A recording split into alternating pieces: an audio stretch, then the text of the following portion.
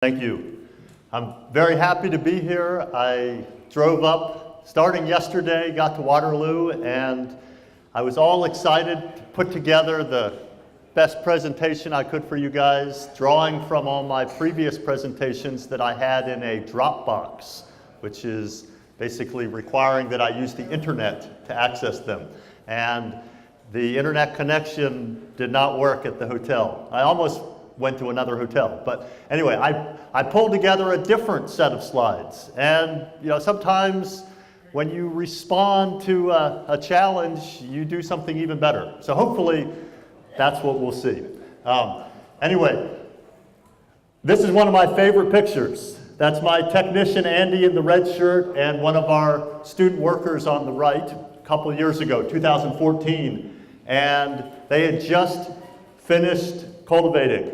And they had done a really good job, and they were feeling victorious. How many of you would say that when you think about weed control on your farms, you feel victorious? Okay, hopefully a few of you, and at least hopefully some seasons, you feel victorious. I certainly wouldn't say that I feel victorious over the last decade that I've been at WIU, but there have definitely been seasons like this season, where we had some very good weed control, like 2014, where we had very good weed control. And I think I could say that we have made progress, where we are making more consistent weed control happen on the farm. And I can share some of those strategies with you. Okay, so the research farm that I'm talking about is about 5.5 hours south of here. It's 70 acres. We rent 77 acres. We plant about 70 acres of plots each year, 5 to 10 large-scale experiments, plus some small plot experiments and demonstration plots each year. And I hope that some of you will come down and visit. I see at least one face in the audience that has been there before, but we have a big field day in August, typically the second week of August, but you're welcome to come anytime. Whether we are there or not, you're welcome to come visit if you're passing through the area. If you want to see, what happens behind the scenes, just come anytime. But if you would like a tour, you should obviously let me know and we'll come out and walk the plots with you. So there's where we're located. It's fantastic, flat black soils. Our fields are square. The land is flat, just varies a couple feet. So we do, that's obviously an advantage in some ways, but it's also a disadvantage in terms of drainage. So we have very poorly drained soils and no modern tile on the farm. And we're about 300 miles south of here. Just to help us put that in perspective, obviously St. Cloud is a bit north of here, but I just looked up growing degree days. That's the amount of heat that you can calculate above some base temperature. And I calculated for 40 degrees between April 1 and October 1. And this happens to be 2012 when I did this. And we had 29% more growing degree days above 40 as compared to St. Cloud. One thing that was interesting, 2012, when you compare 2012 in our area to the average, and you see that it was about 10.6 degree days higher at our location than average in 2012. But of course, 2012 was an exceptional year. I don't know exactly what it was like up here, but it was extremely hot and extremely dry. We had about 3 inches of rain during the growing season. And in 2015, we had over 30 inches of rain during the growing season.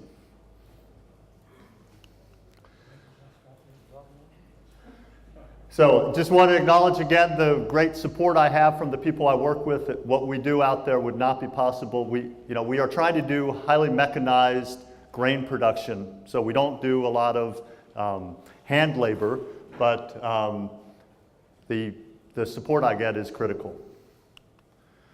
We also collaborate with area farmers. We don't own very much equipment, so most of the equipment that we use, we rent, and sometimes we hire custom work done as well. But sometimes I just, particularly like during harvest season, where we have maybe 3 grain carts and several tractors and several, 1 or more semis, and a combine. I'm just looking at $1 million worth of equipment that we are renting for. Typically in a year, we're paying our neighbors $5,000 to $10,000 to use millions of dollars of equipment.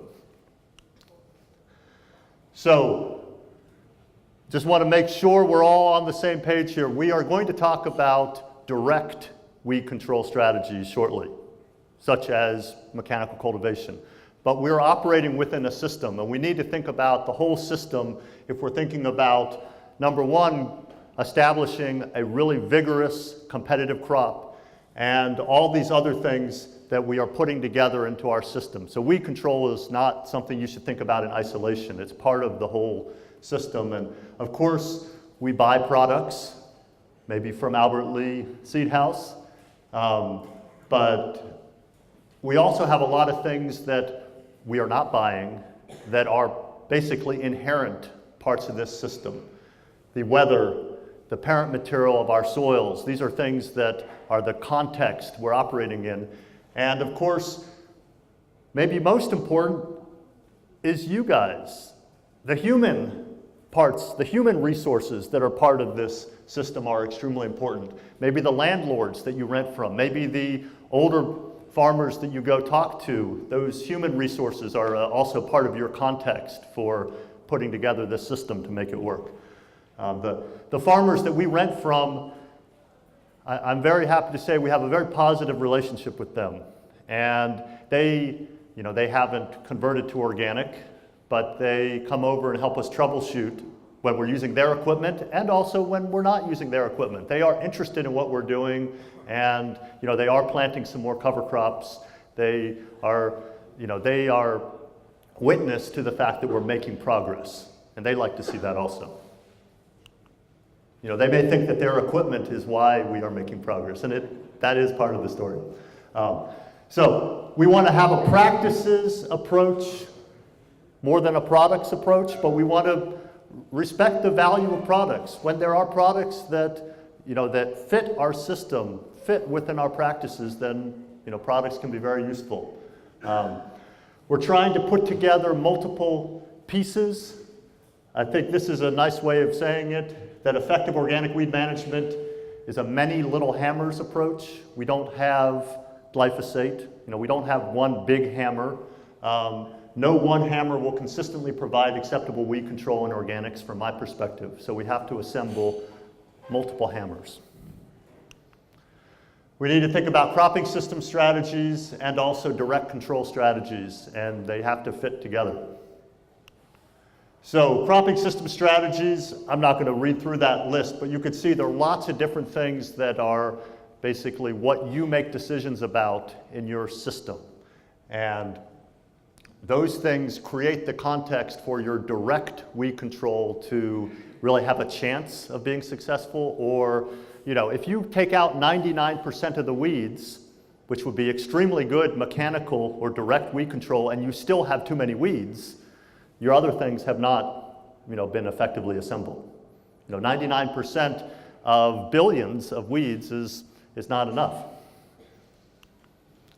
Okay, so effective weed strategies should increase the crop competitive advantage and disrupt weed life cycles.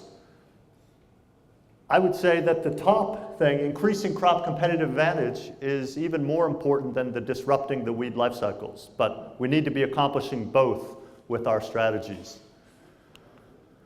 So how do we give our crop the competitive advantage? And these, this is not rocket science. These are the things that you guys already know.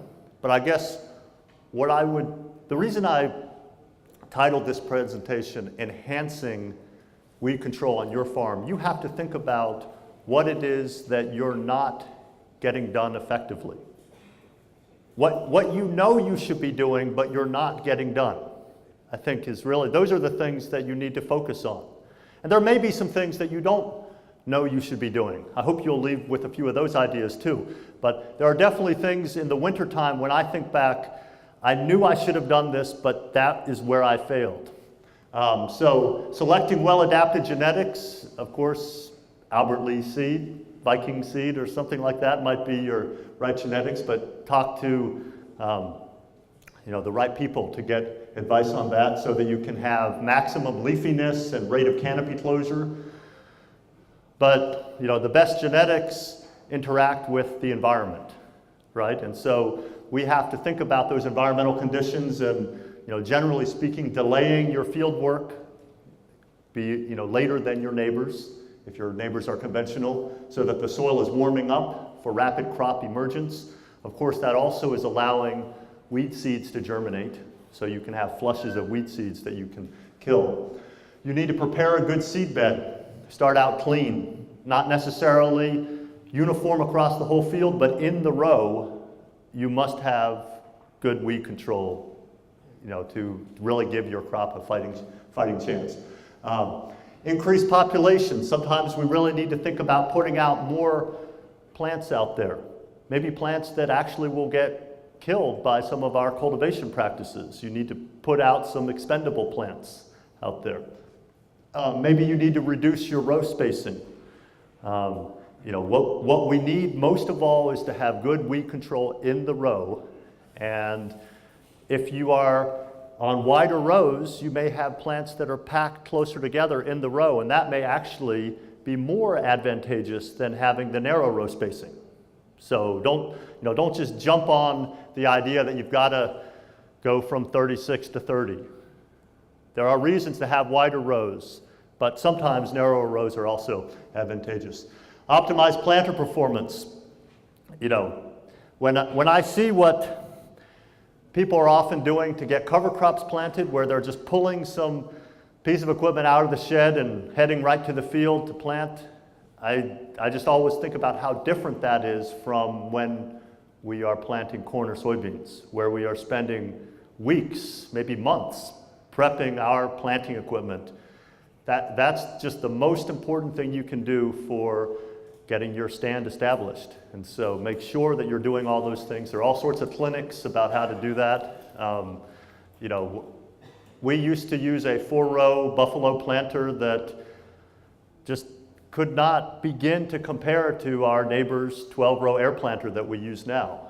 And it has made a huge difference having the planter that he, very carefully tunes it up before he uses it. And then we also are using a tractor with RTK guidance now. So of course that helps us with not the stand establishment so much as the straight rows, but all of those mechanical details make a big difference.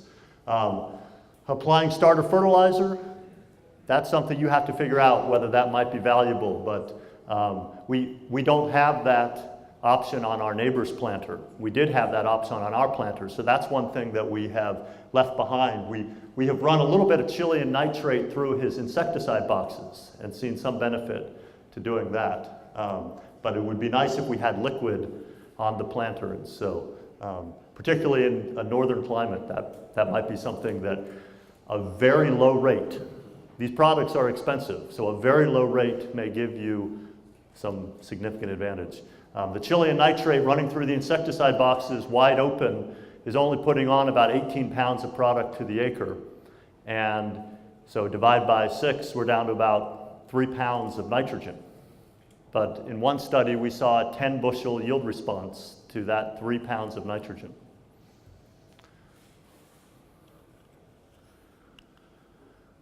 So, this is what we want to see when we are getting ready to fit a field for planting. We want to see a bunch of weeds that have germinated. So sometimes we even get to see this twice, and that would be, even better in terms of weed control, but of course we have to also make sure that we're getting our crop planted in a timely fashion. Sometimes it looks like this, a little less green, a little less hairy, and we think, should we have waited a few more days? I'm less concerned now with whether it looks green and hairy, and more when I dig in the soil, whether I see lots of little white root weeds. The white root weeds are much easier to kill than the bigger green hairy weeds. And so I'd rather have lots and lots of weeds that are germinating and I can't even see them yet than this situation perhaps. Okay, but maybe most important is you want your crop to establish and emerge rapidly. And our neighbors typically, for corn, it's more than 3 weeks before their corn comes up because they're planting so early into cold soils. Whereas we really expect our corn to be up in, to be able to row the corn in a week and sometimes in 4 to 5 days if it's particularly warm. Establishing a really good stand is definitely not the whole weed control program for corn and soybeans, for summer crops. But for our small grains, that basically is our weed control, establishing a really good stand. And he's not, he doesn't have a small grain that's 5 feet tall around him there. But anyway, very good weed control in our small grains is what we expect whenever we're able to get it planted timely with a good stand. We're not tine weeding. We're not doing some of the things that some of you guys that really focus on small grain production may do more weed control than what we're doing. But we are getting good weed control in our small grains when we have a good stand established. Okay, and this is an example of what happens when we don't have a stand established. I mean, this is specifically a skip. Look at all that giant ragweed. And very little, a little bit, but very little in the oats. I was just talking to a farmer right before lunch. I wish I could tell you how to control giant ragweed. How many of you have that as an issue on your farm? Okay, it's a serious problem. That's what we came for. Okay, well, so let me tell you our situation. We have giant ragweed that grows aggressively in the fence rows, that grows until just the last couple of years aggressively in the barnyard, the 3 acres that we don't rent. I mean, it would consistently be over 10 feet tall every single year, 3 acres of it. And anyone who would come to visit the farm would say, how can you let that stuff grow and go to seed? The reason we let it grow is we knew that we never had problems with giant ragweed in our corn and soybeans, and only minor issues in small grains. And what I think we need to figure out is what biologically is going on. There is something in our soils that suppresses giant ragweed. And it could be because we let so much of it grow in the barnyard. I don't want to claim that you are benefiting from letting it grow on your farm, but we need to do some pot studies to start with and figure out why, when we obviously have giant ragweed seeds in our soils, we do not see them germinating and growing ever above the corn or soybean canopy. Okay. We normally, if we're growing small grains, are frost seeding red clover, particularly if it's fall seeded wheat, for example. And that also, we've seen that helps with weed control, having the red clover out there. Obviously, if your small grain is growing too aggressively, it really suppresses the red clover. But we've found that we've been able to have a good balance both in oats and in wheat. Preventative management is definitely something we need to be thinking about. But I think we can, it's hard to say this, but I think we can go overboard sometimes. We have to try and figure out what our priorities are at specific times. We do want to reduce the weed pressure by consistently preventing weed seed production. And that may involve hand roguing, walking the fields. It may involve picking a field that just is too weedy and basically terminating it before the weed seeds are produced, before viable weed seed is produced. It may involve actually having some fallow periods. That fallow period could be just a month in the middle of the summer, or it could be a whole season where you are aggressively trying to flush weeds and terminate weeds. This strategy requires commitment and vigilance, and sometimes I think that we can go overboard with this strategy. You have to make that tough call about that extra weed seed rain that's going to occur, how does that fit into the bigger picture? And if your next crop is likely to be quite sensitive, it's definitely something that you probably want to prevent that seed rain, because the freshest weed seed is the most aggressive, is my experience. But I think this is one of the things that I think about when we have weedy fields. Should we just terminate them? And this year we had one failed no-till experiment that we decided to terminate with the specific goal of trying to figure out how to best follow that situation where we tilled in a lot of soybean biomass as well as weeds. And so we're going to try and push the envelope this year on corn in that field and see whether we can really maybe see that in the 2-year cycle we actually have more revenue or equal revenue by growing a really good corn crop the next season. That's something that we're looking at. Okay.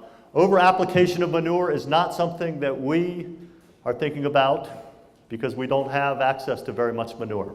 Okay, we're really trying to use as little manure as possible, but there are definitely hot spots for organic in the United States where the reason why there's so much organic is because there's so much chicken litter available or different types of manures.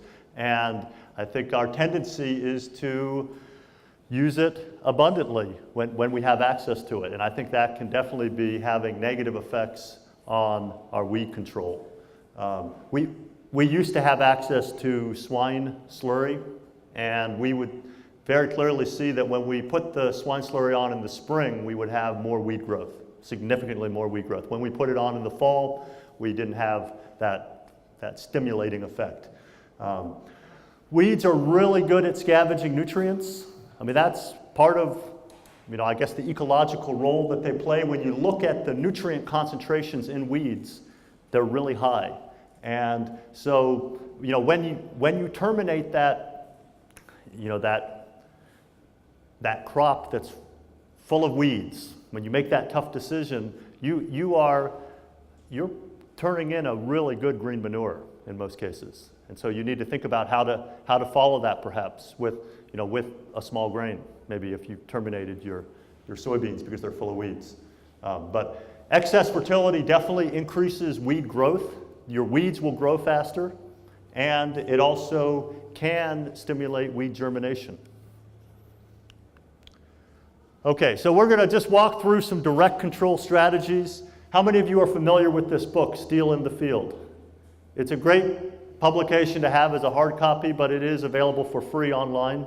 So if you want to take a look and you don't have a copy, you can just look online. You can, download specific parts of the book if you want it. It has good practical information about tools, and then it has a bunch of profiles, farmers and how they use their tools. And who knows, maybe some of you are profiled in there. So, starting with blind cultivation tools. How many of you are using a rotary hoe? Okay, not everybody. Well, rotary hoe is a very useful blind cultivation tool on our farm. We are using a high residue rotary hoe because we are definitely trying to maintain quite a bit of residue on the surface, more than we used to, and so it's, I think, essential that we have that wider spacing between the hoe wheels. One value of a high residue rotary hoe is you can use it for more than weed control. You can use it to help spread residue. You can use it to help establish a cover crop. There are things that a high residue rotary hoe can do for you beyond breaking a crust or trying to kill white root weeds. We bought a Einbach tine weeder just 2 years ago, and so I cannot claim that we are fully versed in all its potential, but we really like it in soybeans. We like it for doing a blind cultivation before emergence and then one or more after emergence. We did an experiment this year where we looked at running the tine weeder right after planting. It happened to be the very next day, but I think the same day would be fine. Or maybe 4 or 5 days later, right before emergence of the beans. And we saw that with the weather that we had this year, we got more weed control running it right after planting. We were obviously not controlling white root weeds. What were we doing? We were creating a soil surface environment that was less favorable for weed germination. That is very valuable if the weather cooperates with you. Obviously, as soon as it rains, you now have a surface environment that is conducive to weed germination. But leaving that top inch very loose so that you don't have good soil seed contact, that top inch is not where your crop is establishing, but it is where almost all the weeds are establishing. Yes? In your experience, what is the situation where you would prefer a rotary hoe or you prefer a timer? Okay, the question was, when would we prefer a tine weeder versus a rotary hoe? Basically, where we're at right now is that we are using the tine weeder more and more in beans and less in corn. We haven't learned how to use a tine weeder effectively in corn. We even feel like running it right before emergence that we may be doing some damage to the stand. Can't say that definitively, but that seemed to be the case this year. Even before the corn had come up, just plucking the little plumules as they were starting to, right under the surface, we think we did some damage. And definitely when the corn was 4 to 6 inches tall, when we thought we could run the tine weeder, we were knocking over more corn plants than we wanted to. And with beans, you can be very aggressive to them. Corn, I was not comfortable with how the tine weeder was affecting them. The tine weeder, the Einbach tine weeder that we are using is so much more intensive in shattering the soil surface compared to the rotary hoe that we're using. Maybe we need some hoe bits, maybe we need a different rotary hoe, but our rotary hoe is effective when we have a crust and does not do as much as I would, doesn't do nearly as much as I would like if we don't have a crust. So we get some great action out of our rotary hoe when we have a crust and we use it in a timely fashion. But I think that's my response to your question. But guys, please feel free to ask questions at any point. I'm glad that we paused to address that. So blind cultivation, regardless of what the tool is where you are not targeting the weeds. You're not specifically seeing weeds, and you are not, in most cases, you're not, at least when you're starting with blind cultivation, you're not seeing the crop. When we did that blind cultivation with the tine weeder right after planting, that created a problem for us, not in terms of controlling weeds. We were very pleased with the effect there. We weren't able to see our wheel tracks anymore, right? And we weren't running guidance on that tractor, and so what I think I need to do this next season is I'll just put something on the tine weeder so that I'm marking the middle, so that I can come back and run again. Because what I'd like to do is not either or right after planting to take out the wheel tracks and then right before emergence, but rather both. I'd like to do both of those if the weather allows. And I wasn't comfortable driving across the field right before emergence when I couldn't see where the rows were going to be. Okay.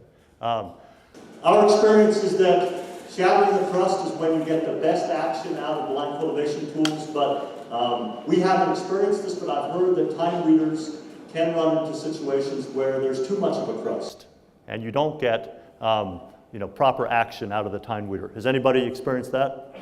Okay, so maybe running a sequence of the rotary hoe and then the tine weeder would be the right thing to do. What the tine weeder does is it fully shatters the soil surface, much more than any rotary hoe that I have ever used. And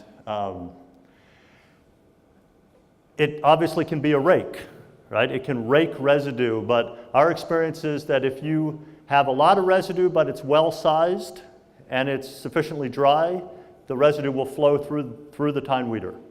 But if it is longer residue or moist residue, then you just rake it.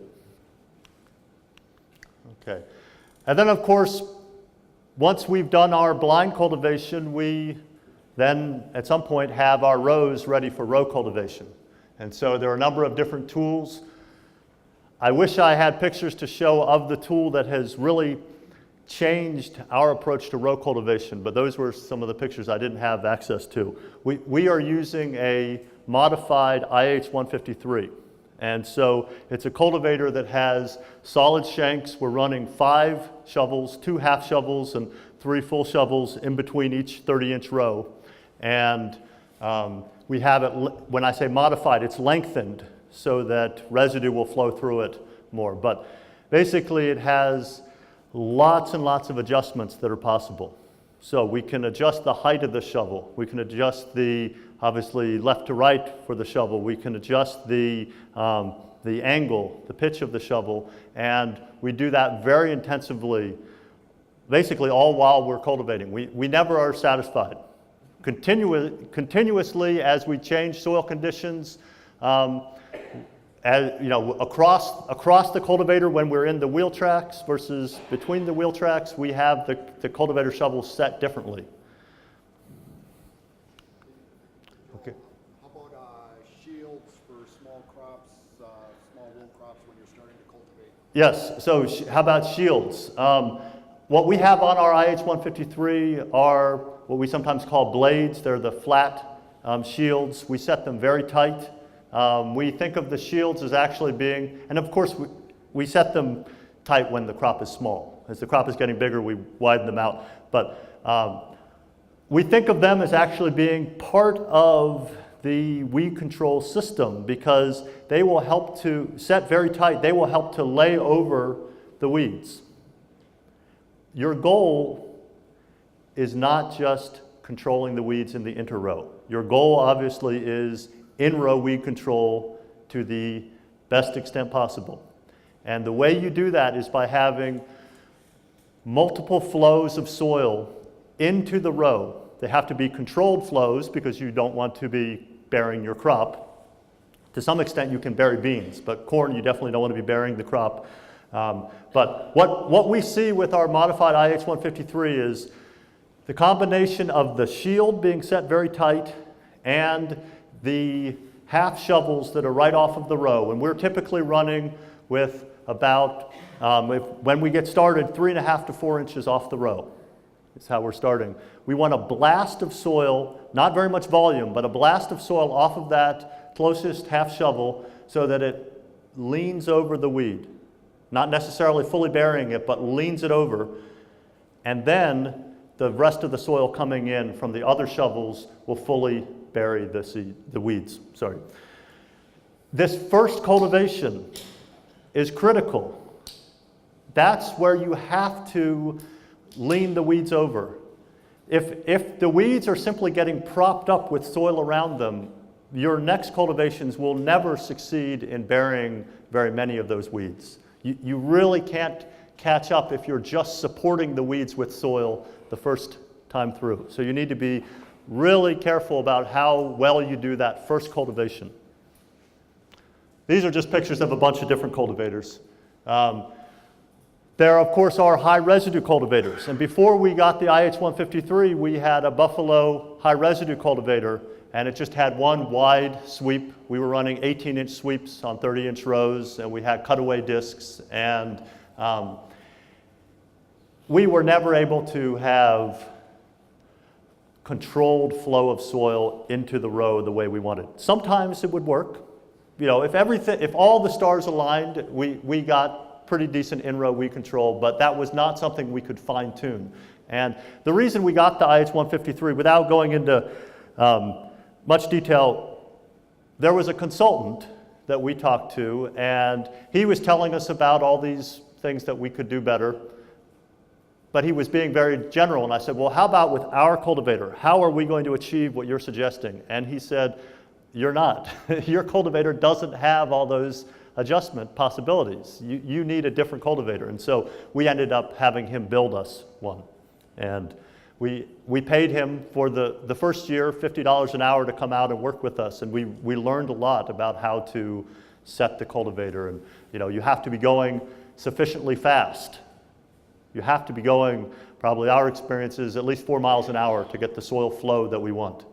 And obviously the soil conditions are a big part of the soil flow. Lots of different things.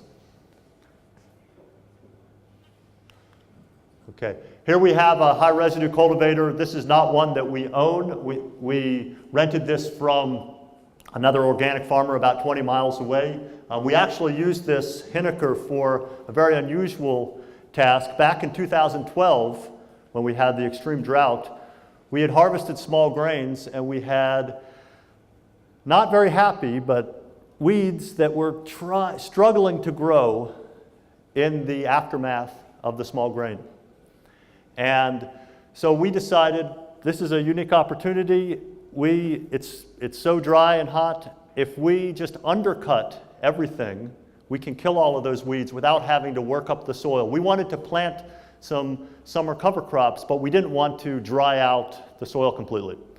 So we actually rented this cultivator, and using RTK guidance, we ran it once, and then we moved over and split the middles and ran it a second time. And it was very, that was a slow process, but we were able to terminate all of the weeds and come back maybe a day or two later, and ran a no-till drill, planted a cover crop, and it just sat there for a while. But then we finally got some rain in August, and we had a good cover crop established with no weeds. Okay. There are lots of different types of guidance systems for cultivators. How many of you are running some type of guidance, whether it be mechanical or GPS, or how about machine vision? Anybody running any, electric eye, something that's actually looking at the crop? I mean, there are lots of different possibilities. I think we need to be thinking about those as options to enhance our cultivation. Yeah. How do you time your first cultivation? So, good question. The question was, how do we time our first cultivation? And it is, it has a lot to do with the weather, obviously, but what we're doing now is we are doing our first cultivation earlier than we had been doing. What we had been trying to do before was to cultivate one time for corn. When the corn was at that growth stage that basically in 2 weeks after cultivation, it would close canopy. We were trying to do that one super timely cultivation. And we hit that home run a couple times. And so of course that's very appealing. If you think you can do one cultivation and do it just right, you get excited about that. But I don't think that we can consistently do that. And so now with corn, we're starting to do our first cultivation when the soil is appropriate and the corn is at least about 12 inches. Whereas before we were starting to cultivate when it was at least twice that height. We were waiting until it was probably V5, and now we're willing to go earlier than that. With soybeans, we go when the soybeans are sometimes as short as about maybe 6 inches. And that's earlier than we used to do also. Okay. Anyway, we are planting with guidance. That is the most important guidance for us right now. We are not cultivating with guidance other than visual guidance. We run a cultivator wand that we are just keeping over the row. We do have a mechanical guidance system that we own, but we don't use it. We didn't find that it was working sufficiently. I think the slickest thing that, if a neighbor had this, we would certainly be renting it, would be if we had some type of equipment, implement steering that was actually looking at the row. But none of our neighbors have that, and we're not ready to buy one of those. Okay, of course, this is a possibility. I don't know how many of you have ever seen anything like this, but for high value crops, actually having someone out there implement steering, is a possibility. Okay, but this is really what we're trying to achieve. We want to have our cultivation take out the weeds at the time when, after that cultivation, the crop is going to start growing so aggressively that we don't need to come back again. Okay, but of course timeliness is often the difference between success and failure. And this is my picture I opened with. This happened to actually be a very wet summer.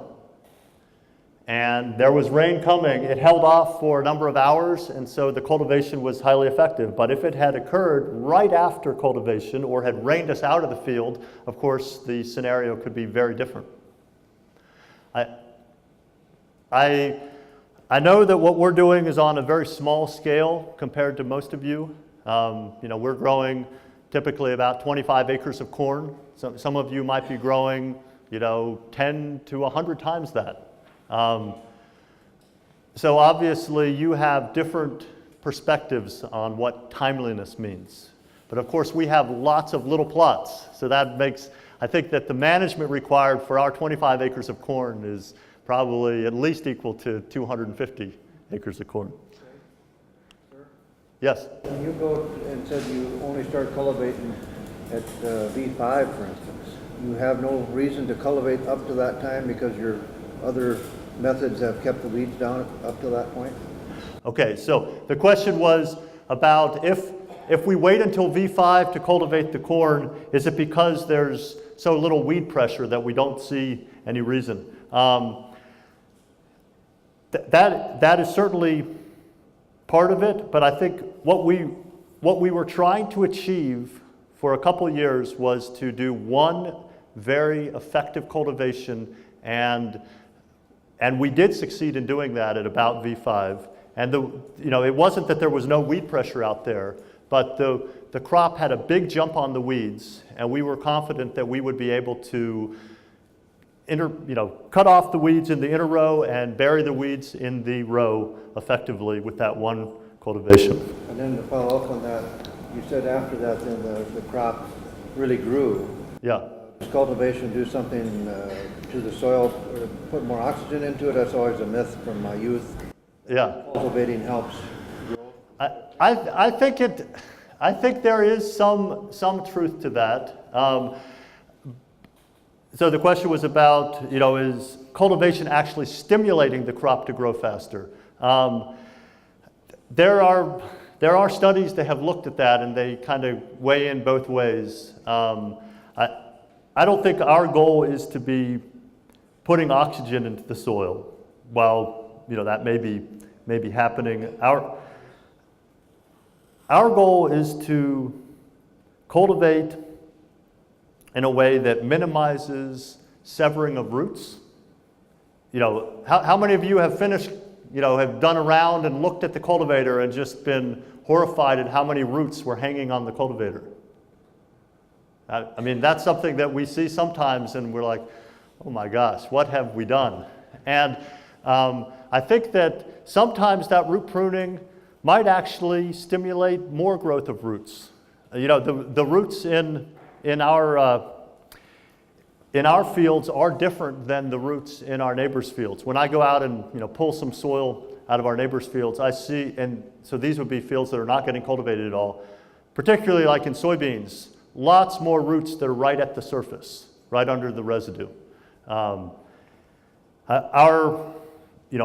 tillage soybeans don't have the roots in that location, and I'm not sure what the difference is in terms of function by not having those roots right at the surface, but we certainly find that we do have good, when we have dry seasons, that's when we have grown our most exceptional beans. So we're getting roots down into the soil moisture, and the roots are effective even with the cultivation. But that's a good question, and I don't think there's an absolute answer on that. Certainly, when you have black soils, when you have cultivated, all of a sudden you see the contrast between your crop and that black soil, and it looks spectacular. Even if you didn't control all the weeds, at first it looks so beautiful. Okay, so this is what definitely is possible. Some of you who said you feel victorious, maybe when you see that view, you're feeling victorious. We have had some very good weed control since learning how to use our IH-153 more effectively. The second cultivation we sometimes do with the high residue cultivator. If we had a wider high residue cultivator, we would probably do all of the second cultivation with that cultivator, because we don't need to fine-tune the second cultivation or third cultivation nearly as much. The main reason why we use our IH-153 for later cultivations is simply because it's 6-row and our other equipment is 4-row. The reality is that all of those things that are possible are not always achievable when you have weather that really just does not cooperate with what you're trying to do. How many of you feel like the weather just has gotten more extreme during your farming career? However long you've been farming, are you having more multi-inch rainfall events? It just seems that's what the data shows, and I think the personal stories tell that as well. So we have changed what we're doing at our research farm because of these extreme rainfall events that we've been having over the last 10 years. Here are some of the things that we've done to make adjustments. And when I say we have changed, we are not a typical research farm where we are primarily grant funded. We are primarily revenue driven by our sales of crops. And we are selling about average maybe $75,000 worth of crops off of our 70 acres of crops. So we have to not have too many failures. We have to make sure that we have revenue coming in, and so we've made some changes. We've tried to be more nimble in terms of utilization of our windows of opportunity. There was a time when we only worked during the week, when my technician came to work, and we found that wasn't acceptable. So I started doing more field work on the weekends. And we have also done many more late nights where we just decided we needed to work until we got the task done. There were things that probably you all do, but we weren't doing as a research farm initially that we've changed so we can make better use of our windows of opportunity. How many of you had a warm, dry period last February? Did you actually go out and do any field work? We decided to do some field work. We actually planted some of our small grains in February. We did field work that we had never done before, and I'm glad that we did that. We're just trying to make sure if there is a window of opportunity that we are at least seriously considering jumping on that opportunity. We're diversifying our crops and cover crops. We're using more precision ag technologies, which we can rent from our neighbors. And what is that last one?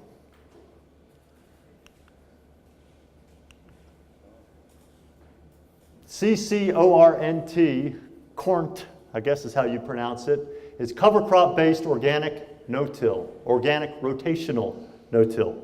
That rotational is a very key part. We're not trying to do continuous no-till, but we are trying to have some no-till phases in our systems because,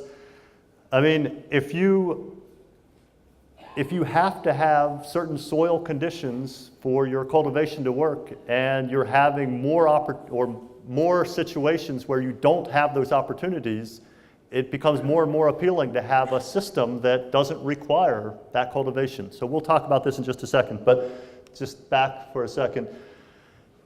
Of course, there are other strategies other than mechanical cultivation for weed control. How many of you are doing any type of thermal weed control where you're flaming? Or there are other systems other than using flame. For example, there's down not too far from us, there's a company selling the electro weeder, or I think it's the weed zapper. Sorry, the weed zapper. Of course, there were early electric weeders that came out, several decades ago, used in sugar beets. Anybody using a weed zapper? Anybody heard of one? Okay, that technology, the ones that were thrown in the weeds or just sat in somebody's shed, those are not modern electrical devices, to put it mildly.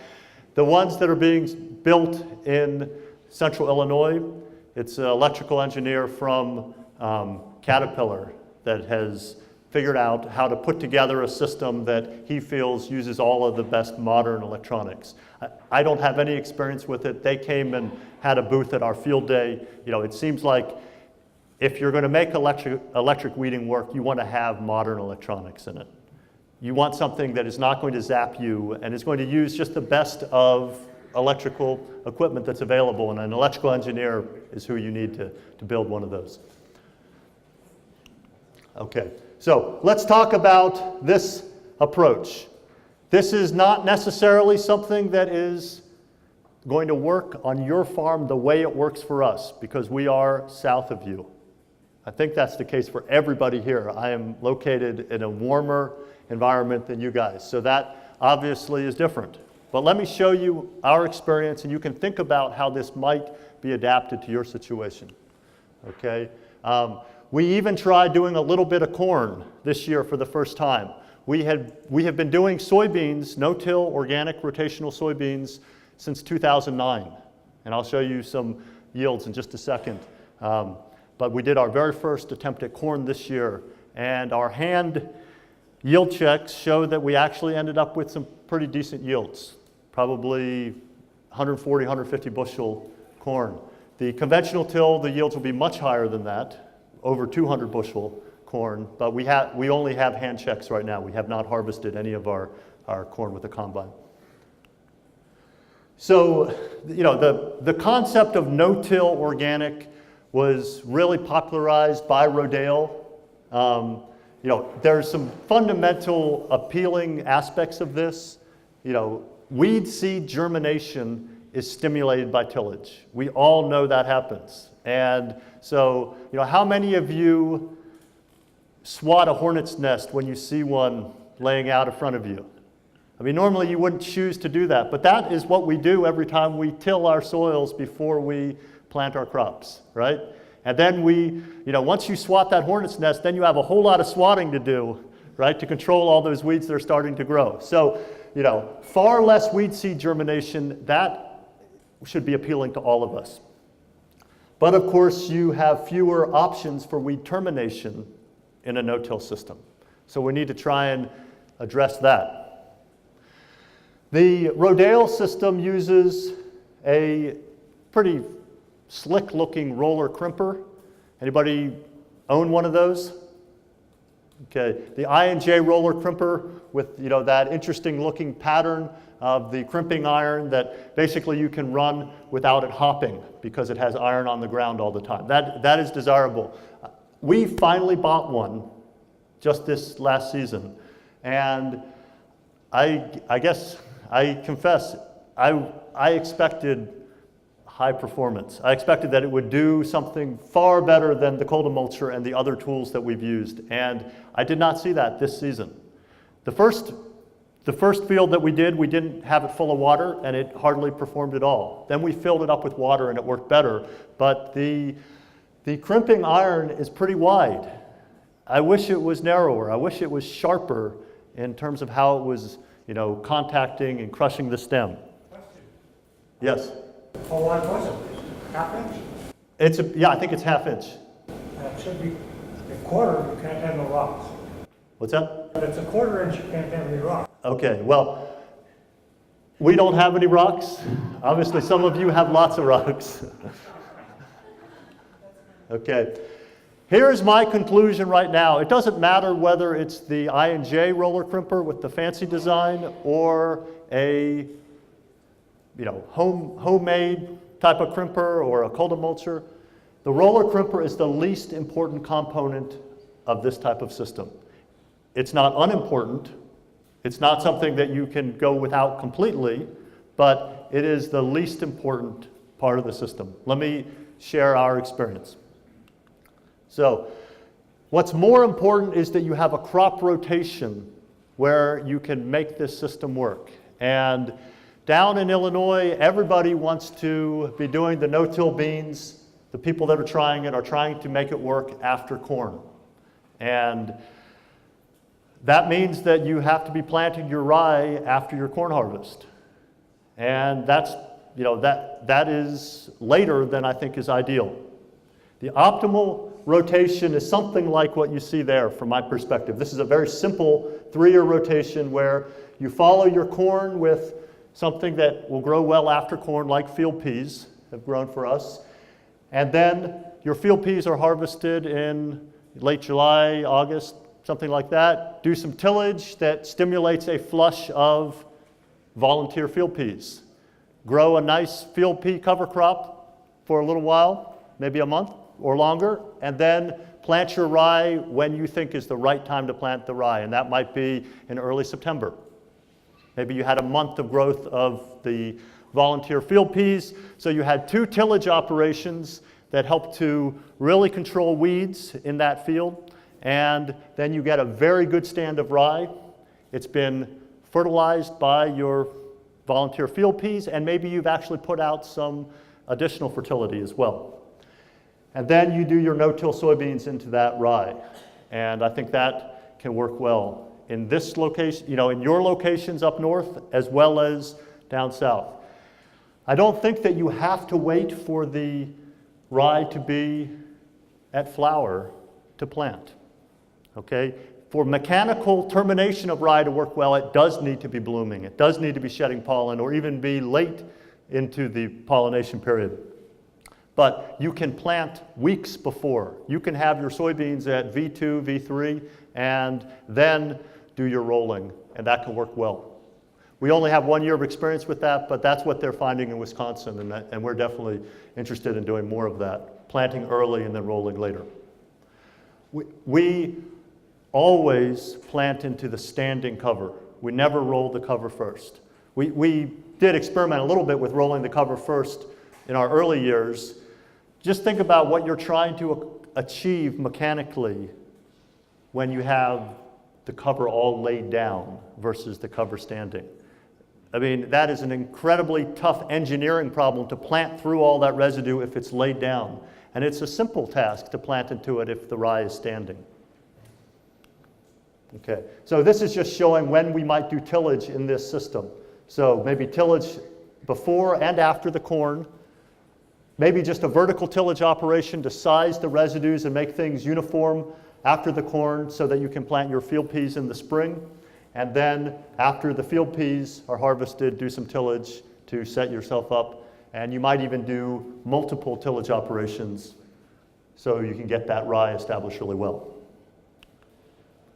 You would need a full nutrient program because, following the no-till beans, you're not going to have much nitrogen available. You're going to, potentially even have a nitrogen tie-up situation with all that cereal rye residue still on the surface. I don't think there's as much tie-up as some people might think because that rye has already leached out a lot of the soluble carbon compounds. So when you till in that rye in the spring ahead of the corn, I don't think there's very much nitrogen tie-up, but you definitely need to have your full nutrient program ahead of that corn. Okay, how about some other options here? After you've harvested the field peas, you could add a summer cover crop. Depends on how much time you have, whether you think it's worthwhile, but adding something like sunflower, planted in the, early August time frame, you can grow quite a bit of biomass with the volunteer field peas. It can really make your cover crop, and you can add several more species. You can fortify your volunteer field peas with several additional warm season species to make better use of that summer time frame. You can add a 4th year crop. So what we're really trying to do is have a 4-year rotation rather than a 3-year rotation. And so we have been growing more oats, more sunflower, and also canning pumpkins. And you have to figure out what the market, supports you doing. But if you have oats, for example, what we have is alternating between warm and cool season, warm and then cool season. And that's definitely a good thing in terms of weed control, to never be following a warm season crop with another warm season crop. Okay, here we have a whole bunch of possibilities. Some of these definitely would not work for you, or would not work, every season for you. You might have a unique situation where if you're super nimble, you can stick that possibility in. But spring planted cover crops ahead of corn actually can work for us sometimes. If we planted 40-10 forage peas in March and then we don't plant the corn until the first week of June, we can actually get maybe up to 50 pounds of nitrogen fixed by the forage peas. We did a study this year where we interseeded cover crops into the corn at V5. We actually planted cowpeas with a drill where we tied up some of the units right into the corn, and that system worked well. We haven't harvested the corn yet, but we grew more cowpea biomass than I think we could have gotten out of any winter annual. Some people use crimson clover or red clover. You don't get very much biomass grown with that system. With the cowpea, we grew a lot of cowpea biomass.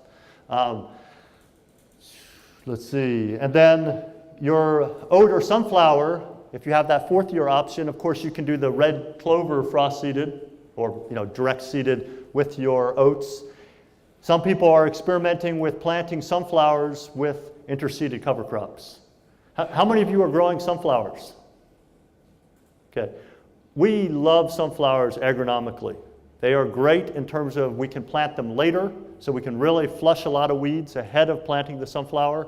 And we've liked what they've done in terms of weed control, both during the crop and the following crop. Our biggest concern has been market. We haven't had good markets for them. This year, I'm keeping my fingers crossed. We have a really nice sunflower crop that's still in the field, and we are attempting to sell it for sprouting, which would actually be 3 times the oil seed price. So that all will depend on whether the quality is there. They have to meet the sprouting quality. So the point isn't that you would insert all of those diversity options, but you would try and find 1 or 2 that might fit into your system. Yeah? Any problem with volunteer rye in the oats? That is a good question. So volunteer rye is going to happen. My experience is that there's no way to completely eliminate that. And so what you need to do is try and find how to harness that as something desirable. In the oats, if you're selling the oats as feed, we sell our oats directly to a dairy farm, and so the rye and oats is not a problem. The other thing here that I don't have actually, year 2, the field peas, we had this year for the first time we planted field peas mixed with oats. And we ended up with about 90 bushel oats and about 5 to 10 bushel peas. And I'd say about half of the peas did not get harvested. They were down low, and we were cutting a little bit high because of some weeds in the system. And so we had a tremendous flush of volunteer peas, which I was pleased with. And the volunteer peas, now that field is planted to strips of rye and triticale and will be going to no-till beans. So the volunteer peas were a good thing. What we want is to have a pea that is taller and matures at the same time as the oats. The peas that we grew this last year were Montec, forgotten the name, but it was a pea that matured a little early and was a little short, and so it wasn't the perfect fit for the oats. But direct cutting them worked very well, and we definitely would, you have to have a market for that, but the dairyman was very pleased with that oat pea mix and wants us to grow more of that. Yes? Is it helpful, since you're talking about untilled soils, is it helpful to put the small grain with the peas? Does it help the peas, is what you're asking? Well, it can, I think it definitely can help to suppress weeds in your peas. If you've been having problems with weedy peas, how many of you are growing field peas? Good, not too many. Peas, I think, are a very appealing crop. We're also concerned about the market for them. But the first year that we grew them, we got paid I think $18 a bushel, and we harvested right about 50 bushels to the acre. So that was excellent for us. And we had good clean peas planted following corn. If you are having problems with weedy peas, putting a small grain in can definitely help. You have to try and find the right balance of how many peas to how many oats, or whatever the small grain is. We planted about 2 bushels of oats to 1 bushel of peas. And we did this following corn and also following beans. And what we saw was that the ratio of how the peas versus the oats grew differed whether we were following corn versus following beans. Basically, following the corn, we got more pea growth and less oat growth. The oats were maybe more suppressed by the lack of nitrogen following the corn residue. Anyway, let me keep moving along here. This is a summary of our yields for our no-till work. And we have just taken out our no-till beans now for this season, and our no-till beans on wide rows, on 30-inch rows. For the first time this year, we planted no-till beans on 30-inch rows. And I was very pleased. That is definitely the direction I'm heading here on out. Even though all of this work, including some very good yields, was done with a drill, here on out I'm thinking we're going to be planting most, if not all, of our no-till beans with the corn planter on 30-inch rows. And I'll talk about that more in just a second. But what you can see is the conventional till, the first 3 years, we were actually comparing no-till versus conventional till in a replicated experiment. And so you can see the significant differences where those little letters are there. After 3 years, we were convinced that the no-till system could work, but we needed to figure out how to make it work better. So we didn't need to compare it versus conventional till anymore. We needed to compare different no-till systems. And so what we've been doing since is looking at different soybean varieties, how they perform in a no-till system, and looking at different small grains. Triticale is what we used ahead of our, you could see the very 2016, the average yield across the no-till plots was 70.8. Best beans we had ever grown, and they were very clean. The triticale worked extremely well. We used something called fridge triticale, a forage triticale, and we had a lower population of triticale than we wanted, but it tillered tremendously. As a forage triticale, I think it just was designed to grow lots of wide leaves, wide blades, and also thick stems. The stems were probably 2 to 3 times wider. They were like drinking straws as compared to the cereal rye, much thinner stems. So it crimped better, and the triticale residue persisted better. And so this coming season, we will be comparing triticale versus rye. We'll be comparing the two. We had not compared them directly in an experiment before. Yeah. What was the difference there in 2012 while the yield was half? So 2012 was an extremely dry year. And so what happened was the rye sucked the moisture out of the soil profile, and our soils are so deep that we were able to basically grow beans in the tillage system, beans just on the soil moisture in the profile. But the soil moisture in the profile had been partly depleted by the rye. It started being dry for us in March in 2012 and was dry all the way up to August. And so the beans definitely struggled. It was a very tough season in 2012.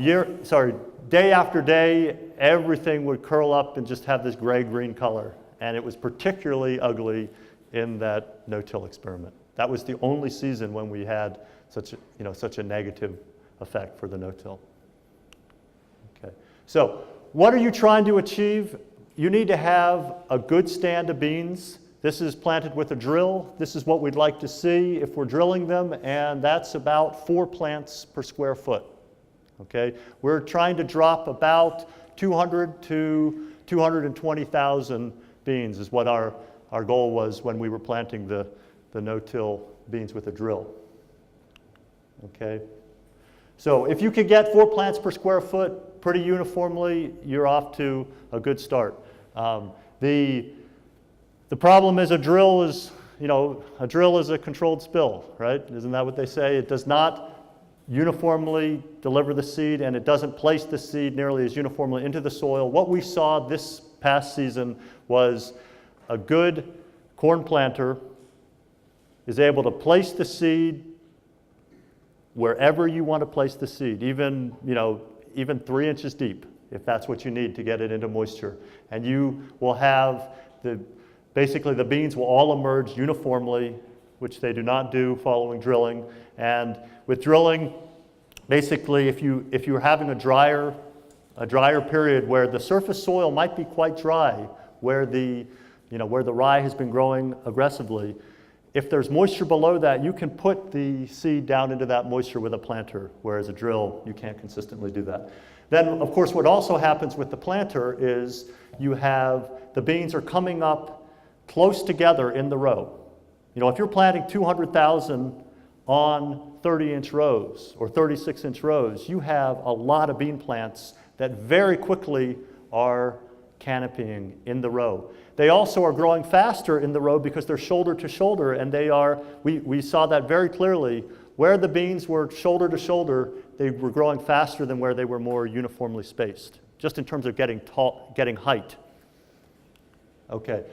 One thing that we tried a couple years was double drilling. I was getting all excited about precision ag technologies, so I was taking 7.5-inch rows and I was splitting the middle, just moving over 3.5 inches, double drilling. And that didn't get rolled. That was just double drilled. You could double drill at an angle, which would do an even better job of laying down the residue without rolling. But with our plots, we can't plant at an angle. Anyway, my experience there is that it was cool to do. It was pretty slick, but I think you don't need to have double the soil disturbance. It's better to plant one time and to place the seed really well with a corn planter. So you would always plant and then roll? Always, yes. Really? Now, that's not what we initially did. Yeah, I know, But that's what we have concluded is the best system because... you could just take your planter out there, your corn planter. Yes. Plant the beans. Yep. With a guidance system. Yes. You don't know where you're going without a guidance system. And then you just roll it with cultivar. You can do that, yes, and that can work, yes. So here's a picture of our no-till corn. Okay, this was planting our no-till corn. This was kind of a wild mix of different things. This was all spring planted. The very first pass across this field was actually in February. We planted chickling vetch, I think is what we're seeing there. Chickling vetch, and then we added, a week or two later, we added oats, and then camelina, phacelia, and I think balanza clover. It was warm and it was February, and I just got excited and had to plant some of that cover crop seed. Anyway, the point is that type of planting system with residue managers removed can plant into that high residue environment amazingly effectively. I can't swear by all double disc openers. We actually hope to have a cross-slot planter to plant with this season. And I don't know if you're familiar with the cross-slot system, but it's supposed to do an even better job of planting into really high residue environments. But our experience is just a double disc opener on a John Deere 1760 can do a very nice job of planting. None of that green back up again. Oh, so our situation here was, then we rolled it, and the roller did not do nearly as effective a job on this mix as it did on rye or triticale. And I'm not sure what the best answer for that is. Maybe we needed to wait a little bit longer before rolling. Maybe we needed to flail mow it and terminate the residue that way. What ultimately happened, just to full disclosure here, was the no-till corn was severely stunted for about a month. It was very dry in June. It only rained a little less than an inch. And normally we would have like 4 inches in June. And it was also pretty hot. So the conventional till corn was over 3 feet taller than the no-till corn on the 4th of July. And I was sure that the no-till corn would not amount to anything. Then it started raining. Then we applied some Chilean nitrate. We actually made 2 different applications of Chilean nitrate, and then, full disclosure, I went out there with a lawnmower and I mowed the middles. So we were talking about 1/3 of an acre plot, so it was doable. It still was a huge amount of labor. But what I learned from doing that was I could see where every weed was, because I was walking every single row middle, and I could see that almost all of the weeds were in the interrow. So if we had run a high residue cultivator, we would have been able to take out most of those weeds. The other thing that I don't think I mentioned, our 30-inch row no-till beans this year, we did experiment with no-till cultivation with our old Buffalo cultivator. We put on 22-inch sweeps, and that's very tight to be cultivating 30-inch row crops with 22-inch sweeps without guidance. But they were planted, the rows were planted straight, and we very carefully cultivated, and I think that made a significant difference in terms of weed control, and it worked fine. I mean, the residue flowed right under, the sweep flowed right underneath the residue, and it worked well. Okay, so there's the cultivator that we used for cultivating our wide row no-till beans. As I already said, that when you have high populations on wider rows, they develop an in-row canopy faster, and that's what really matters. The in-row canopy is more important than the inter-row canopy. Okay. I think the bean variety matters. It looks like we're probably just about out of time here. Okay. We have been doing soybean variety trials for years. Every year we evaluate 10 to 15 soybean varieties. We haven't planted any beans from Albert Lea, so maybe we need to talk about that, but maybe our location is just not appropriate for your beans, okay? Because you can see the maturities up there. You're not planting anything like that, are you guys? Maybe some 2s? Anyway, what we find from this is that some beans are obviously taller and more leafy and more aggressive, and those are the ones that you want to use for no-till. Blue River Hybrids 34A7 is the tallest, leafiest bean season after season. And so that's what we use almost exclusively for our no-till work. We've also used 39C4, which is not in this data. Anyway, 39C4 and 34A7, they both yielded over 70 bushels per acre last year planted into the triticale. Okay, so this is the 39C4, the 3.9 would be the green, and the 3.4 would be the yellowing stripes there. Cereal rye also differs. There are different cereal ryes, and if you're just buying variety not stated, VNS cereal rye, you don't know what you're getting, and you may not have a cereal rye that is optimal for a no-till system. So you have to figure out which rye you want to use, or maybe triticale. Aroostook is the rye that we've been using. It definitely matures earlier than the VNS ryes that we've used. It's typically starts blooming at least 2 weeks earlier for us, and it's a high biomass variety of rye. Any of the ryes that are, known for forage, used for forage potential are the high biomass ryes. Yeah. Are there other things that are different between, say, a Ryman, a rye, and other ryes? I mean, there are differences in biomass production, but there are also differences in seed production, and there are differences in allelopathic chemical production. And we haven't done that type of work, but there are some studies comparing. I think some people have looked at more than 10 different types of rye. Some USDA studies evaluated a bunch of different characteristics between ryes, and there is a lot of variation. One thing, of course, that some of you probably got that email from Albert Lea about their hybrid rye, right?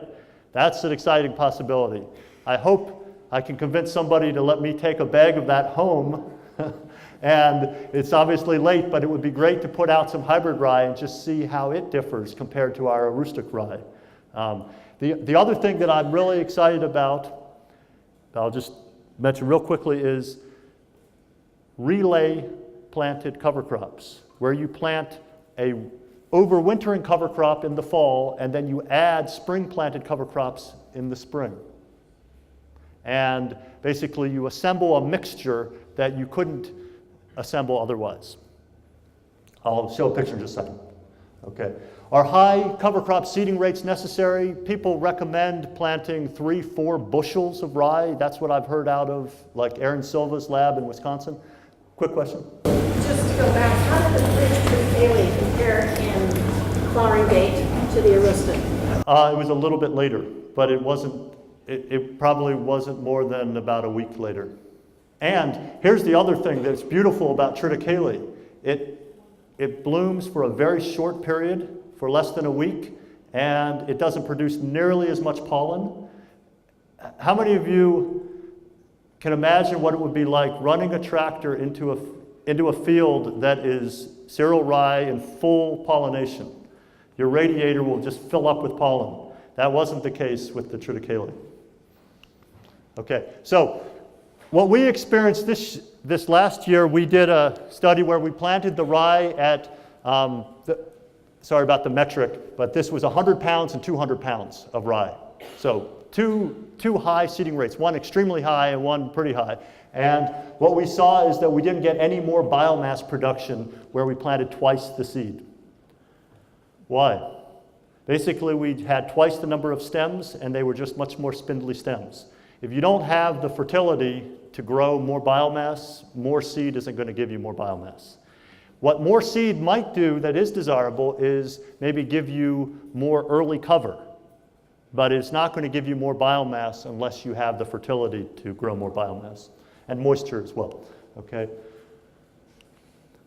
So what we think is most important is high percent cover in early fall and also high percent cover in the spring is what gives you the weed control.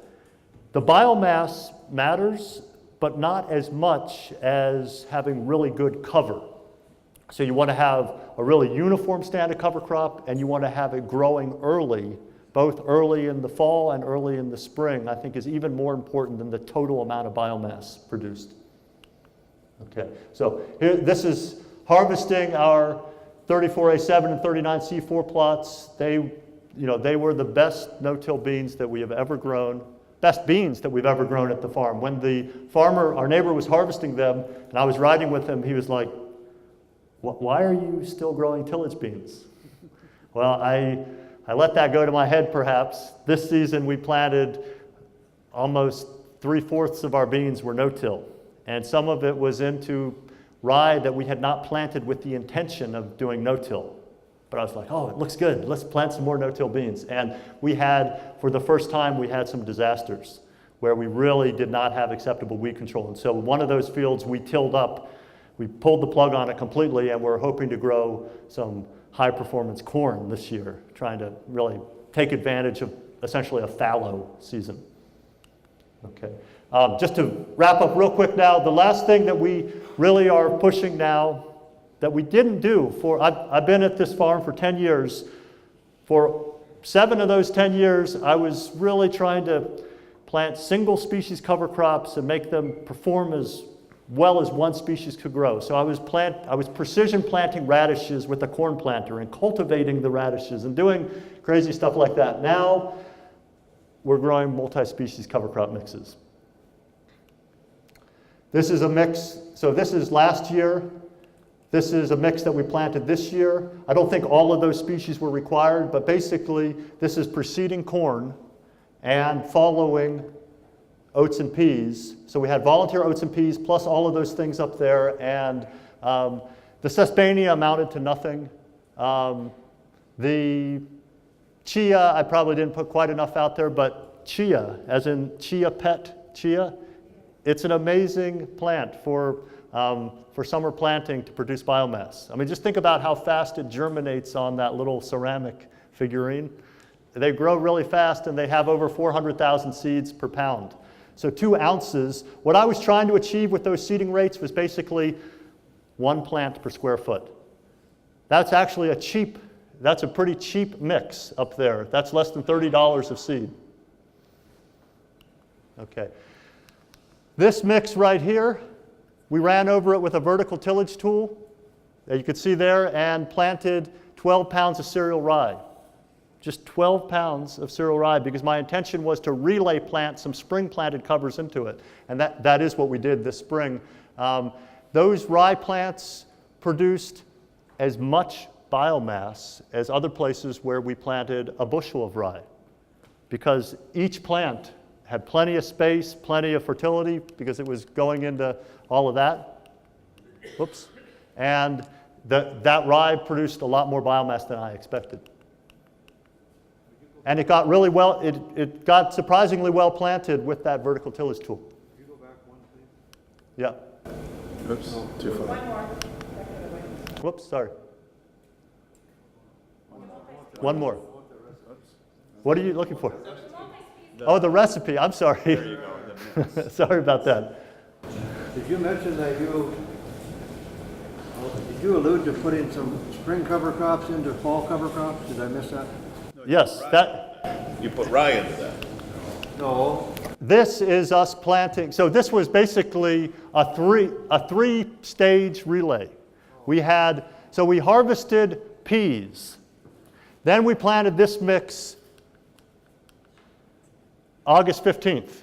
That's very late. We could have planted it several weeks earlier because we harvested the peas earlier. But then we planted rye into that mix with this vertical tillage tool. And then this spring, that rye got supplemented with additional cover crops that I used a drill to plant actually in February. And so I planted Phacelia and Camelina and Balanza into the rye that had followed that mix, that had followed peas. And so it was kind of the most intensive soil building phase that we've probably ever done at that farm. Would you ever consider going into fall rye in the spring and putting radishes and turnips and something in it for grazing or for harvesting? Okay. Brassicas are very responsive to nitrogen, and they're also very responsive to low nitrogen, meaning that they underperform if they don't have nitrogen available. So unless you're able to put on some manure, I wouldn't try to plant a brassica into a small grain. Planted at the same time, they can hold their own, but planted late, they can't.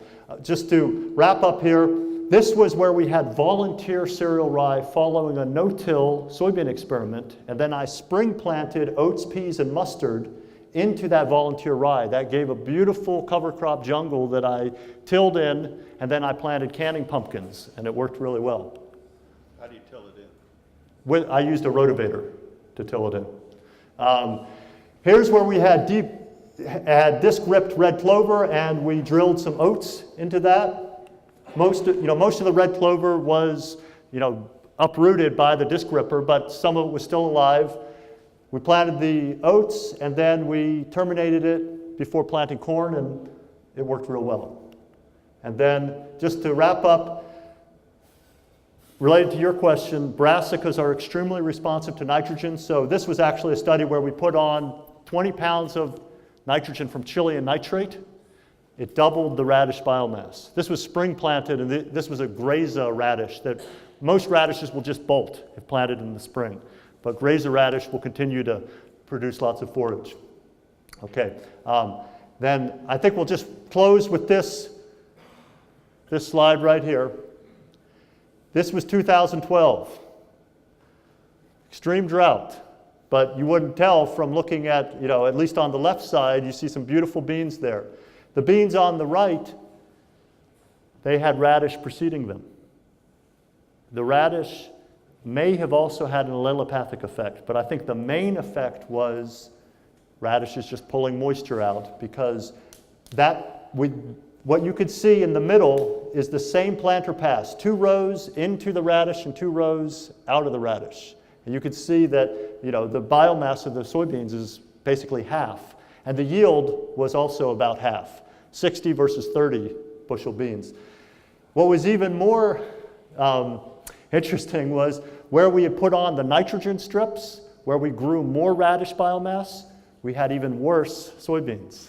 We had pulled out even more moisture, or perhaps had even more allelopathic effect. So we'll just conclude with that. Cover crops can have some very negative effects.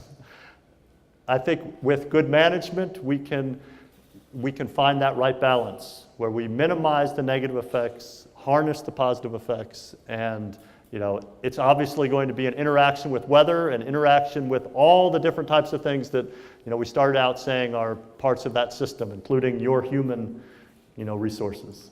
But I wish all of you the best of luck. I know I've gone too long, but hopefully, I saw a few people that were looking really sleepy right after lunch, and I think some of you actually woke up. So, thank you guys.